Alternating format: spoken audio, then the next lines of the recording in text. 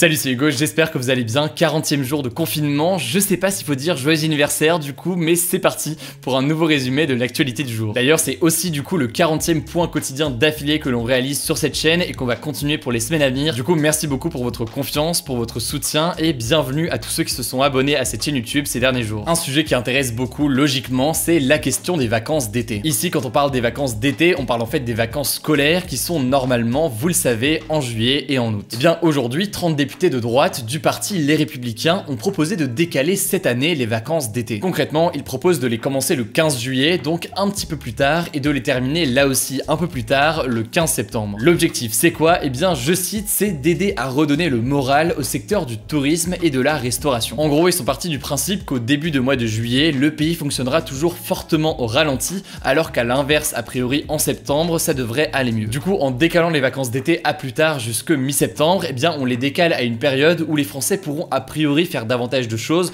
donc aller au musée, dans les restaurants, etc., etc. Or, toute cette consommation, logiquement, ça ferait du bien à l'économie du pays qui est un peu à l'arrêt depuis plusieurs semaines. L'autre intérêt pour les entreprises qui reprennent leur activité à partir du 11 mai et le début du déconfinement, c'est qu'ils vont pouvoir avoir davantage de temps entre la fin du confinement et les vacances d'été pour relancer leur entreprise. A noter qu'une telle mesure, du coup, engendrerait potentiellement davantage de cours, non plus jusqu'au 4 juillet, mais bien jusqu'à mi-juillet. Bref, pour l'instant, c'est qu'une proposition de députés et le gouvernement n'a pas encore réagi, mais vous, qu'en pensez-vous? J'ai vu dans les commentaires que vous étiez assez nombreux à vouloir davantage de débats, et bien en voici un. N'hésitez pas à donner votre avis directement dans les commentaires. Autre information en France qui peut paraître étonnant, les coiffeurs font partie des commerces qui pourront rouvrir dès le 11 mai. Faire un shampoing ou une coupe de cheveux, ça paraît pas évident en matière de maintien de la distanciation sociale, alors comment expliquer cette réouverture dès le 11 mai? La raison principale, c'est une raison évidemment économique. Le confinement a un impact économique énorme et très négatif sur ces commerces. D'ailleurs, la fermeture des coiffeurs a fait réapparaître les travailleurs au noir,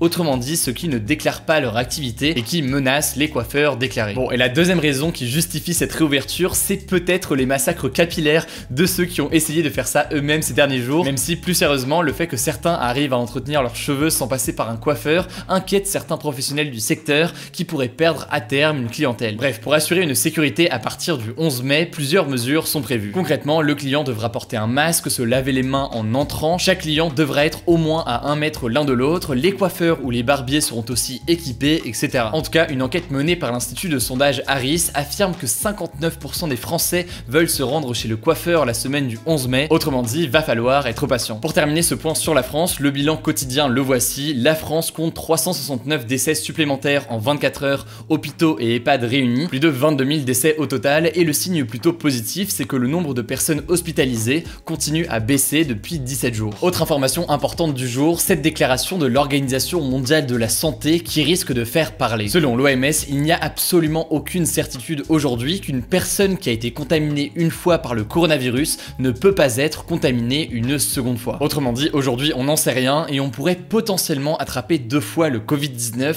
comme semblent l'indiquer certaines études en Asie qu'on a déjà pu évoquer sur la chaîne. C'est une déclaration très importante qui s'oppose à une proposition qui circule beaucoup en ce moment, le fait de mettre en place un passeport d'immunité. En effet, ce projet de passeport d'immunité part du principe qu'on ne peut attraper le virus qu'une seule fois. L'idée, pour faire simple, c'est de dire testons la population, voyons ceux qui ont déjà été contaminés et qui donc a priori ne pourront pas être contaminés une seconde fois, et à cela on leur donne un passeport d'immunité, autrement dit en réalité un certificat ou un papier qui leur permet de sortir et de reprendre une vie normale. De nombreux dirigeants ont évoqué cette idée, le Chili commence à le mettre en place et en France, la maire de Paris Anne Hidalgo l'a évoqué il y a quelques semaines. Or, vous l'avez compris, si on peut potentiellement attraper le Covid-19 plus d'une fois, eh bien cette mesure est impossible. En tout cas, cette déclaration de l'OMS accentue l'urgence de trouver un vaccin au plus vite pour réellement immuniser la population, sachant que si un jour on trouve un vaccin, on risque de devoir attendre au moins jusqu'en 2021. Bref, c'est un virus encore peu compris, peu connu, et les recherches en cours devraient apporter plus d'informations dans les semaines à venir. Comme chaque jour, vous le savez, on fait un point sur la situation à l'étranger. Aujourd'hui, on va notamment parler de Kim Jong-un, mais avant ça, faisons un bilan en Europe. Le Royaume-Uni a malheureusement dépassé le cap des 20 000 décès, il se rapproche de la France avec plus de 22 000 décès, mais aussi de l'Espagne qui compte un total de près de 23 000 morts, ou encore l'Italie avec 26 000 décès au total depuis le début de l'épidémie. Au passage, une actualité qui n'est pas liée au coronavirus mais qui me semble intéressante et importante à évoquer, c'est l'abolition en Arabie Saoudite de la flagellation, autrement dit le fait de fouetter le corps d'une personne. En effet, jusqu'ici, la flagellation était une peine pratiquée dans le pays. D'ailleurs, on pouvait même être condamné à des coups de fouet fouet en cas de relation extra-conjugale, autrement dit si vous avez trompé votre conjoint. Un blogueur, Raif Badawi, accusé d'insulte à l'islam, avait par exemple été condamné en 2014 à 10 ans de prison et 1000 coups de fouet. Bref, la peine de flagellation est désormais abolie dans le pays, les organisations de défense des droits de l'homme s'en félicitent, mais la pratique existe encore tout de même dans des dizaines de pays. Dernière info à l'étranger qui n'a rien à voir non plus avec le coronavirus, c'est les rumeurs de décès de Kim Jong-un, le dirigeant de la Corée du Nord. Au moment où je publie cette vidéo, sa mort n'est absolument pas confirmée, mais plusieurs infos viennent alimenter ces rumeurs. Déjà, première info, selon l'agence de presse Reuters, la Chine aurait envoyé en Corée du Nord des experts médicaux pour aider les équipes médicales qui prennent en charge Kim Jong-un. Au-delà de ça, il y a quelques jours, CNN affirmait que le dirigeant nord-coréen était dans un état grave. Mais ce qui a vraiment réveillé les rumeurs sur les réseaux sociaux, c'est cet article de TMZ, davantage connu en général pour l'actu People, et qui a titré en anglais ici « Kim Jong-un déclaré mort ». Suite à ça, il y a eu des centaines de milliers de tweets dans la journée, mais le truc c'est que dans l'article, TMZ écrit ne pas être en mesure de confirmer la mort du dirigeant nord-coréen. Bref, pour le moment, il n'y a absolument rien de confirmé, et s'il y a du nouveau dans les jours à venir, je vous tiendrai évidemment au courant via ces points quotidiens sur YouTube, mais aussi sur Instagram avec les différents posts qu'on peut faire. Comme chaque jour, on termine avec une note positive, et aujourd'hui je voudrais vous parler des personnes très âgées qui sont sorties guéries du Covid-19. On le sait, le virus touche principalement des personnes âgées, et une contamination peut souvent apparaître comme une fatalité. Aujourd'hui, je voulais simplement vous partager des histoires de personnes très âgées qui s'en sont sorties. Au Royaume-Uni, notamment ces derniers jours, deux histoires ont été beaucoup relayées. D'abord, il y a Carrie Pollock, 99 ans, interviewée par la BBC. Elle a survécu au Covid-19 après plusieurs jours à l'hôpital. Autre exemple, George Boag Monroe, un Britannique de 98 ans, prisonnier des Japonais pendant la Seconde Guerre mondiale. Il a vaincu la malaria, le choléra et maintenant le Covid-19 après plusieurs semaines à l'hôpital. Selon les chiffres de l'université Johns Hopkins, plus de 200 000 personnes sont mortes du coronavirus depuis le début de l'épidémie, mais on compte aussi au moins 810 000 personnes guéries. Voilà donc pour ce point quotidien sur l'actualité. Pour ne pas rater les vidéos suivantes, vous pouvez évidemment vous abonner, c'est gratuit et en plus ça nous aide. En description, je vous mets des liens pour en savoir plus. Surtout, prenez soin de vous et on se dit à demain.